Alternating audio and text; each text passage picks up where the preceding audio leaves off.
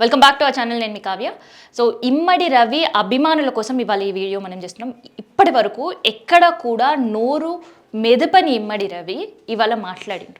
So ఒక channel ఆయనని మళ్ళీ కోర్టుకు ప్రవేశపెట్టే సమయంలో ఒక హాస్పిటల్లో ఆయనకు హెల్త్ చెకప్స్ జరిగిన సందర్భంలో ఒక మీడియా ఛానల్ ఆయనతో మాట్లాడే ప్రయత్నం చేసినప్పుడు కొన్ని మాటలు ఇమ్మడి రవి మాట్లాడిండు. సో ఏం మాట్లాడిండు అనేది ఈ వీడియోలో నేను చెప్పబోతున్నా. అండ్ దాంతోపాటు ఇమ్మడి రవికి సంబంధించిన కస్టడీ 12 రోజుల కస్టడీ పూర్తయిపోయింది. అండ్ గతంలో పోలీస్ చెప్పిన వర్షన్ అండ్ ఇవాళ ఇమ్మడి రవి చెప్తున్న వర్షన్ అండ్ ఇమ్మడి రవి అభిమానులు చెప్పే వర్షన్ ఇవన్నీ కూడా ఈ వీడియోలో మనం మాట్లాడదాం. ఇమ్మడి రవి సో ఈయనకు సంబంధించి ఫిలిం ఇండస్ట్రీ అంతా ఎదురు చూసింది, కేసుల మీద కేసులు పెట్టింది. అండ్ దాంతోపాటు దాన్ని సవాల్ చేస్తూ ఇమ్మడి రవి ట్వీట్ చేయడం, దాన్ని పోలీసులు చాలా సీరియస్గా తీసుకోవడం, మొత్తానికి సజ్జనార్ అరెస్ట్ చేయడం, ఆ తర్వాత 12 రోజుల కస్టడీ.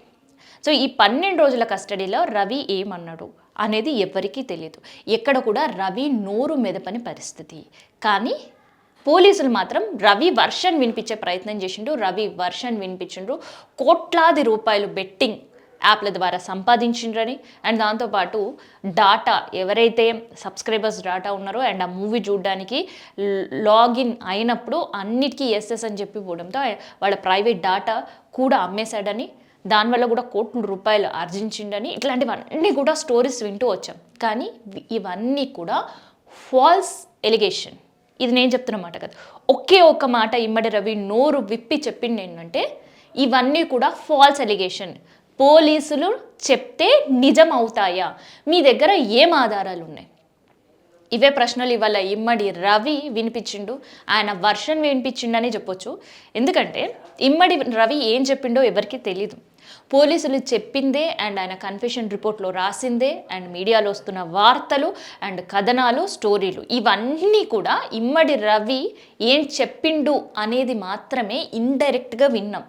కానీ డైరెక్ట్గా ఇమ్మడి రవి నోరు మెదిపింది ఇవాళనే 12 రోజుల తర్వాత.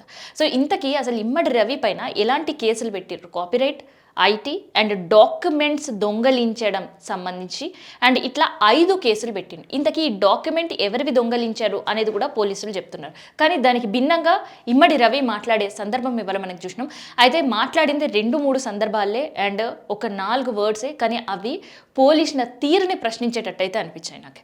ఏంటి అంటే రిపోర్టర్ ఫస్ట్గా అడిగినప్పుడు ఐబొమ్మ రవి అని అన్నప్పుడు నా పేరు ఐబొమ్మ రవి అని మీకెవరు చెప్పారు? నేను ఐబొమ్మ రవినా? ఐబొమ్మ ఏంటి అని ఆయన ప్రశ్నించిండు. ఐబొమ్మ రవి ఈయన కాదు అనేది అక్కడ క్లారిటీగా చెప్పే ప్రయత్నం చేస్తున్నాడు. అండ్ దాంతోపాటు నా పేరు రవి, నా పేరేంటో మీకు తెలియదా అనే ప్రశ్న కూడా అక్కడ రిపోర్టర్ని అడిగిన సందర్భం.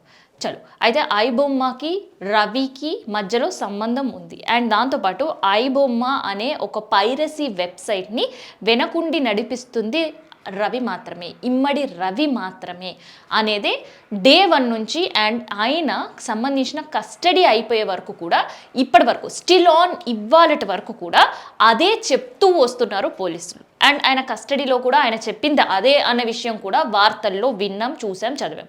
కానీ దీని కంప్లీట్ సీన్ రివర్స్ చేస్తూ ఐబొమ్మ రవి అసలు ఐబొమ్మ వెబ్సైట్కి నాకు ఏంటి సంబంధం అని ప్రశ్నించాడు.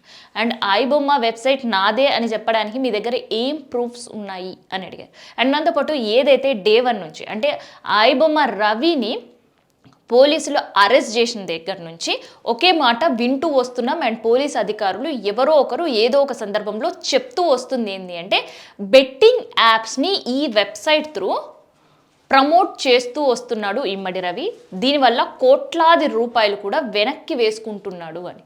సీన్ కట్ చేస్తే మీకు అసలుకి ఎవరు చెప్పిండ్రు అనేది ఇదే క్వశ్చన్ రిపోర్టర్ ఐబొమ్మ రవిని అడిగినప్పుడు ఆ జర్నలిస్ట్కి ఐబొమ్మ రవి చెప్పిన సమాధానం ఏంటంటే అసలు మీకు ఎవరు చెప్పిర్రు అండ్ మీ దగ్గర ఏం ప్రూఫ్స్ ఉన్నాయి నేను బెట్టింగ్ యాప్స్ని ప్రమోట్ చేశాను అని అంటే పోలీసులు చెప్పే ప్రతిదీ కూడా నిజం కాదు, కోర్టులో తేల్చుకుంటాను అంటే ఇక్కడ ఐబొమ్మకి ఇమ్మడి రవికి అసలు సంబంధం లేదు అనేది ఆయన కన్ఫెషన్.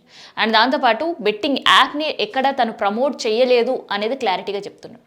సో ఇదంతా కూడా ఫస్ట్ నుంచి ఇమ్మడి రవి అభిమానులు చెప్పుకొస్తుంది ఇదే. ఆ పైరసీ మూవీ మాత్రమే టికెట్ రేట్లు ఎక్కువ ఉండడం, దాంతోపాటు చాలా కారణాల వల్ల నిజమైన ఫ్యాన్స్కి దగ్గర చేయడానికి ఆ వెబ్సైట్ నడుపుతున్నాడు. సో నిజంగా ఐబొమ్మ రవిని అరికడితే ఇంకొక 10 మంది ఐబొమ్మ రవిలు వస్తారు సో అనేది కూడా చెప్తూ అండ్ వాళ్ళ కమెంట్స్లో ఒక సోషల్ మీడియాలో ఒక వారే చేసారు ఐబొమ్మ రవి కోసం. ఇట్లాంటి సందర్భంలో ఐబొమ్మ రవి నోరిప్పి ఐబొమ్మకి నాకు సంబంధం లేదు అండ్ ఆ వెబ్సైట్ పైరసీ వెబ్సైట్ నాదే అని మీరు ఎట్లా తెలుస్తారు, దానికి ఏం ప్రూఫ్స్ ఉన్నాయని అడగడం కావచ్చు. అండ్ దాంతోపాటు బెట్టింగ్ యాప్స్కి తనకి ఎటువంటి సంబంధం లేదు అండ్ బెట్టింగ్ యాప్లో నేను పోలీస్ చెప్తే అది నిజం ఎట్లా అవుతుంది అని ఆయన వేసిన ప్రశ్న ఇవాళ అందరినీ మైండ్ బ్లాక్ చేసేటట్టుంది. సో ఎందుకంటే ఎంతో కొంతమంది ఆఫ్ సెక్టార్స్ ఫస్ట్గా ఆయనని పోలీసులు అరెస్ట్ చేసిన సందర్భంలో చెప్పినప్పుడు నిజమేమో, నిజంగానే ఈ వెబ్సైట్ నుంచి కోట్ల రూపాయలు సంపాదించాడేమో అని కూడా కొంతమంది నమ్మిన సందర్భం. ఇంకొంతమంది కూడా ఇది పోలీస్ చేస్తున్న ఒక డ్రామా అని సీరియస్గా దాన్ని డిఫైన్ చేసే పద్ధతిలో కూడా ఒక సోషల్ మీడియాలో వారే జరుగుతుంది. అండ్ దాంతోపాటు ఏకంగా సజ్జనారే దిగొచ్చి అసలు మీరు ఐబొమ్మ రవి గురించి మాట్లాడొద్దు, ఐబొమ్మ రవిని మీరు ఒక క్రైమ్ చేసిన క్రిమినల్ని హీరో చేయొద్దు అని వార్న్ చేసిన సందర్భం కూడా చూసినాం. అంటే ఎంత సీరియస్గా ఇంపాక్ట్ అటు పోలీస్ డిపార్ట్మెంట్లో కావచ్చు ఇండస్ట్రీ పైన కూడా ఐబొమ్మ రవికి సంబంధించి పడ్డదని. సో ఇట్లాంటి సందర్భంలో ఐబొమ్మ రవి అసలు నాకు పైరసీతో సంబంధం లేదని చెప్పడం కావచ్చు, బెట్టింగ్ యాప్తో తనకు ఎటువంటి సంబంధం లేదని చెప్పడం కావచ్చు, పోలీసులు చెప్పేది ప్రతిదీ కూడా వాస్తవం కాదు అనే క్లారిటీ ఇచ్చిండు. సో మరి కోర్టు ఏం తెలుస్తుంది ఐబొమ్మ రవి పైన? అయితే 5 కేసుల్లో కేవలం 3 కేసుల్లో ప్రతి కేసుకి 4 రోజుల కస్టడీ కోరిండ్రు పోలీసులు, కోర్టు కూడా ఇచ్చింది. అంటే ఇంకో 2 కేసులు మిగిలి ఉన్నాయి. అంటే 3 కేసులకు సంబంధించిన 12 రోజుల కస్టడీ కంప్లీట్ చేసిండ్రు. ఇంకొక 2 కేసులు అంటే ఇంకొక 8 రోజులు కూడా కస్టడీ కోరే అవకాశం పోలీసులు ఉంది. మరి ఈ 12 రోజుల కస్టడీలో తేల్చింది ఏంటి అంటే ఇక్కడ వెన్నెల ప్రసాద్ అనే కొత్త పేరు తెరపైకి తీసుకొని వచ్చారు పోలీసులు.